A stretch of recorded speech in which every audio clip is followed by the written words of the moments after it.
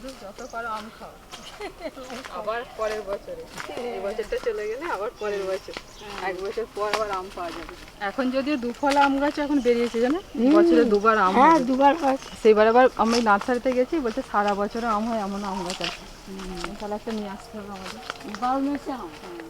কিন্তু সিজনে যে আমটা, তার কিন্তু মানে ব্যাপারটাই আলাদা। কি গো, ছেলে মেয়ে নাতি নাতিরা সব ভালো আছে তো? আর এখন পাকা আমের সিজন, হ্যাঁ, যত রকমের জিনিস আছে আমের, আমের করা, সেসব করে খেয়ে নাও। আর আজকে আমি একটা আমের আমসত্ত্ব বানিয়ে তোমাদের দেখাবো। তোমরা হয়তো অনেকেই বানিয়েছো, কিন্তু আমি আজকে কিভাবে বানাই তোমরা দেখলি চট করে শিখে যাবে। আজকে আমি মাকে একটুখানি হেল্প করব। মা হচ্ছে আমসত্ত্বটা খুব ভালো বানান। এই গাছের আম দেখে যেন ভাববে না যে এই গাছের আম, এই গাছের আম না, এটা হচ্ছে হিমসাগর আম। এটা বাজার থেকে নিয়ে আসা হয়েছে, একদম পাকা হলুদ আম। রান্না বান্না শুরু করে দিই। মা আসে না, প্রচণ্ড এখন রোদের তাপ চলছে, মানে আমসত্ত্ব একদিনই রেডি হয়ে যাবে। আমসত্ত্ব বানানো এটাই সময় গো।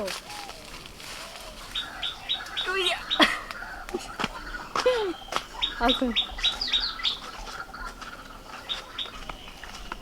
দেখো থামেল নেওয়ার জন্য কিরকম কৃষ্ণা সাজিয়েছে।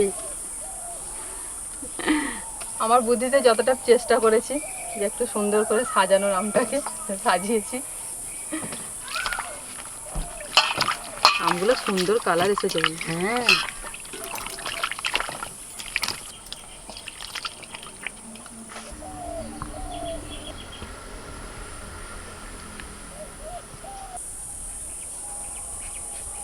মা দেখুন পুরো হলুদ একদম। আমের জাতটা খুব ভালো।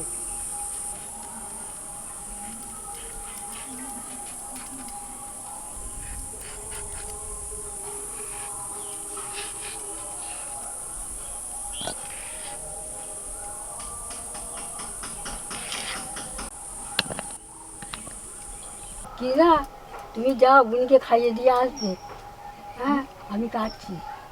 বুনি খিদে পেয়ে যাবে। কখন চান করিয়েছে বলো দিনি, খিদে পেয়ে গেছে। আর এই গরম পরে থেকে না মেয়েটা একদম ভালো খাওয়া দাওয়া করতে চাইছেন। হ্যাঁ, গরমে কারোরই খেতে ভালো লাগছে না, আর ওরও তাই।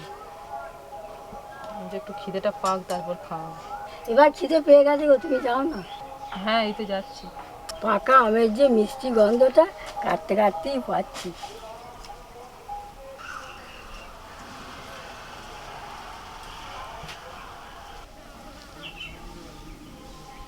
আমসত্ত্ব করতে গেলে একটু মিহি করে বাটতে হবে, তা শিলেতে হবে না। সেই জন্য বাড়ি থেকে একটু পেস্ট করে নিয়ে আসি। কৃষ্ণা বাড়িতে আছে, ওই পেস্ট করে দেব। এই দেখো পেস্ট করে নিয়ে চলে এসেছি।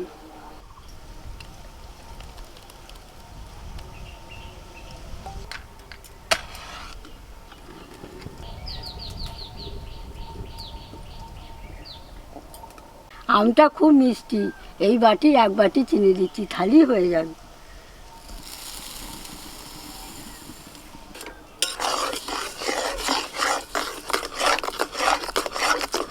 চিনিটা দেওয়ার পর অনবরত নাড়তে হবে, নাহলে নিচে বসে যাবে। এইরকম হালকা জাল দিয়ে আস্তে আস্তে নাড়তে হবে। একটু বিট নুন দিচ্ছি। বিট নুনটা দিলে আমসত্ত্ব স্বাদটা খুব ভালো আসে। অর্ধেকটা পাতিলেবুর রস এতে দিয়ে দেবো।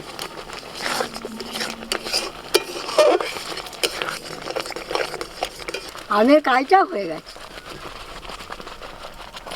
এই দেখো এরকম ঘন ঘন করে নামাতে হবে।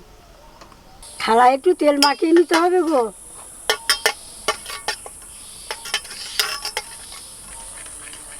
আমটা যখন বেটেছিলাম তখন একটু ক্ষীর ছিল, ওই জন্য একটু ছেঁকে নিচ্ছি। আগেই ছেঁকে নেওয়া উচিত ছিল, তোমরা আগেই ছেঁকে নেবে। যতটা হয়েছে দুটো থালাতে দিলেই হয়ে যাবে।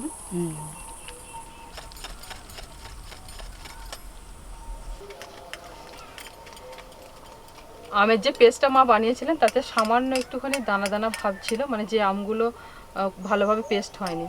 তো আমটা খুব যে একদম গলা গলা পাকা তা তো ছিল না, আমটা পাকা ছিল কিন্তু একটু শক্ত ভাব ছিল, সেই জন্য সামান্য দানা দানা থেকে গেছে। মা তো একদম কড়াই দিয়ে চিনি টিনি দিয়ে নেড়ে ফেলেছে, আর ওই জন্য মাকে বললাম যে এখন একটুখানি ছেঁকে নিই, নাহলে ওই দানা দানাগুলো থাকলে ভালো আমসত্ত্বটা হবে না।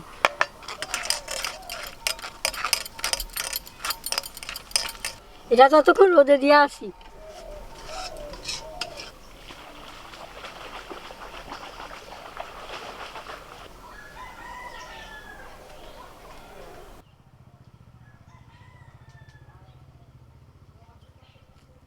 এইভাবে চারিয়ে সমান করে দিতে হবে।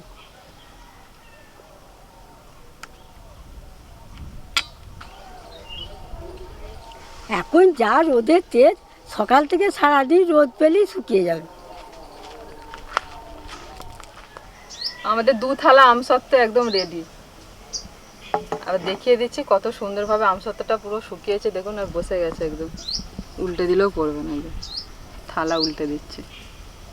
ও মা আসুন, আমসত্ত্বটা তুলবেন তো? আচ্ছা, একটা ছুরি দিয়ে আস্তে আস্তে করে এবার তুলতে থাকবে। গাগুলো প্রথমে একটু তুলে নি।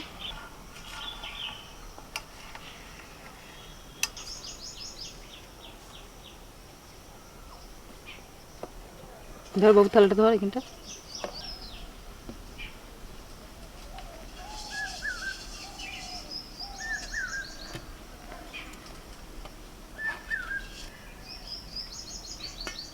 এই দেখুন পুরো থালা থেকে উঠে চলে এলো, আর এর থিকনেসটা দেখুন, যেরকম দোকানে হয় পাতলা পাতলা ঠিক সেই রকমই করেছি। আর পুরো আমার দেখুন হাতটা দেখা যাচ্ছে পুরো। এবার সুন্দর করে কাটতে হবে। মা দোকানের মতো করেই করবে, পুরো থালার মতন গো।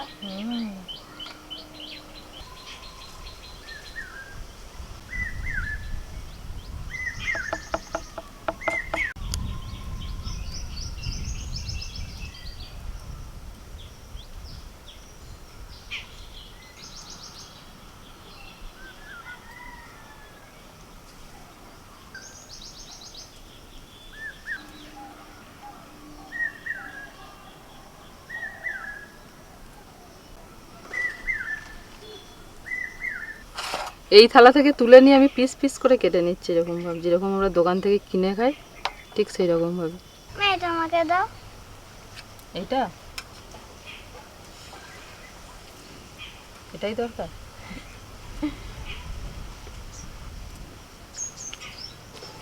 কেমন হেভি পিস পিস কেটে এরকম সুন্দর করে সাজিয়েছি, একদম আমসত্ত্ব আমাদের রেডি। এইভাবে আমসত্ত্ব বানিয়ে সারা বছর সংরক্ষণ করে রাখুন, আর যখন ইচ্ছে খেতে পারবেন, আর দোকান থেকে কিনতে হবে না। যেটা পছন্দ সেটাই নাও। মা ঠাম্মা টেস্টি টেস্টি ম্যাঙ্গো আমসত্ত্ব হেভি বানিয়েছো কিন্তু ঠাম্মা। তোরা তো দুজনে খাচ্ছিস, এবার আমি একটা খেয়ে দেখি কেমন হ্যাঁ হয়েছে। খাও, একটা নাও। সামনে বর্ষাকাল আসছে, ঝুপঝুপ জল পড়বে, ভাল লাগবে খেতে আমসত্ত্ব আমসত্ত্ব। এরকম ভাবে যদি বাড়িতে বানিয়ে রাখা হয় আর দোকান থেকে কিনে খেতে ইচ্ছে করবে, বাড়ির জিনিসের তুলনা হয় না। সব থেকে বড় কথা, এর কোনো ঝামেলা নেই, বানানোটা খুবই সোজা। পাকা আম আর চিনি। হুম